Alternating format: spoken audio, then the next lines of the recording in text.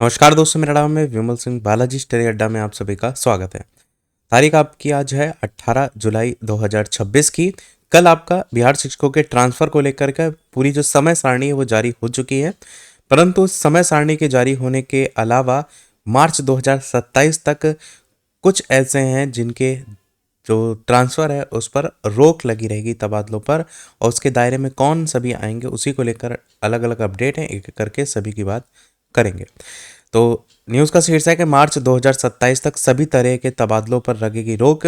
मुजफ्फरपुर से न्यूज़ है, इसमें बताया गया है कि मार्च 2027 तक सभी तरीके के स्थानांतरण पर रोक लगेगी। जनगणना निदेशक ने मुख्य सचिव को पत्र भेजकर इस संबंध में आग्रह किया है कि जनगणना कोषांग में जो शिक्षक को लेकर के प्रगणक से लेकर पर्यवेक्षक तक बनाया गया था, ध्यान दीजिएगा, जिनको लेकर के जनगणना में बनाया गया था, तो शिक्षक के अलावा अन्य विभागों के जो अधिकारी हैं उनको भी ड्यूटी जिनकी भी जनगणना में लगी है, निदेशक ने कहा है कि स्थानांतरण से जनगणना का काम बाधित होगा।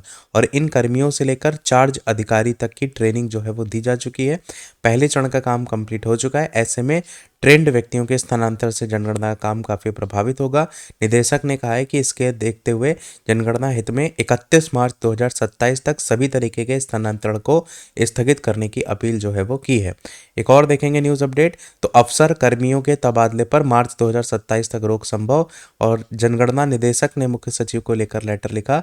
और तबादले के रोक में दायरे में कौन कौन आएंगे, तो जिला स्तर के डीएम, प्रधान जनगणना पदाधिकारी और जिला सांख्यिकी पदाधिकारी, प्रखंड और नगर स्तर पर बीडीओ, सीईओ, नगर आयुक्त, उप नगर आयुक्त, कार्यपालक पदाधिकारी, कोषांग और फील्ड स्टाफ में जिला एवं प्रखंड जनगणना कोषांग के सभी कर्मी, और शिक्षा विभाग में भी जो प्रगणक और पर्यवेक्षक बनाए गए थे इनके रूप में जितने भी प्रशिक्षित शिक्षक हैं और जितने भी कर्मी हैं, तो जितने भी ये सब इसमें टैग किए गए थे उनको लेकर के कहा गया है कि आपका 31 मार्च 2027 तक उनके ट्रांसफ़र पर रोक जो है वो लग सकती है। यहाँ पर देखिए वही लिखा है, रोक जो है वो लग सकती है। इसके संबंध में एक लेटर लिखा गया है।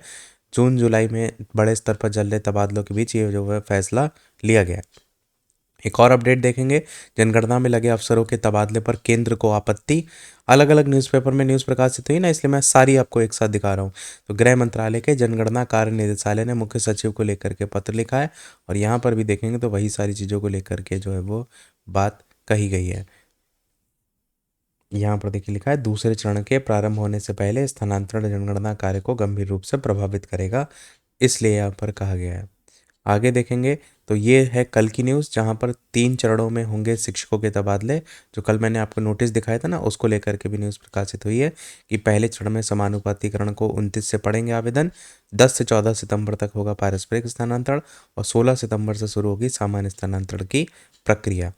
और भी देखेंगे इससे रिलेटेड न्यूज़ कि शिक्षक तबादले के लिए आवेदन 29 तारीख से 3 चरणों में होगी प्रक्रिया। पहले चरण में 5 अगस्त तक आवेदन का मौका, और बाकी यहाँ पर सब कुछ ऑनलाइन होगा। और यहाँ पर जो मिथिलेश तिवारी जी हैं शिक्षा मंत्री, उनका बयान भी देखिए। तो शिक्षकों के स्थानांतरण की प्रक्रिया प्रारंभ कर दी गई है। पूरी प्रक्रिया पारदर्शी तरीके से पूरी की जाएगी। सभी विद्यालयों को सुव्यवस्थित तरीके से संचालित करना है। इसके लिए आवश्यकता अनुसार शिक्षकों का पदस्थापन की योजना है, और सब कुछ ऑनलाइन प्रक्रिया ही जो है वो होगी। और ये जो अलग अलग तारीखें हैं कि कब से क्या क्या सारी प्रक्रिया चलेगी, इसको लेकर के कल मैंने आपको नोटिफिकेशन ऑलरेडी दिखा दिया था। तो ये था इस ओवरऑल अपडेट में। बाकी कोई प्रश्न हो कमेंट में पूछ लीजिएगा। वीडियो लाइक से सब्सक्राइब अवश्य कीजिएगा। मिलते हैं अगले अपडेट में, तब तक के लिए सभी को नमस्कार, जय हिंद।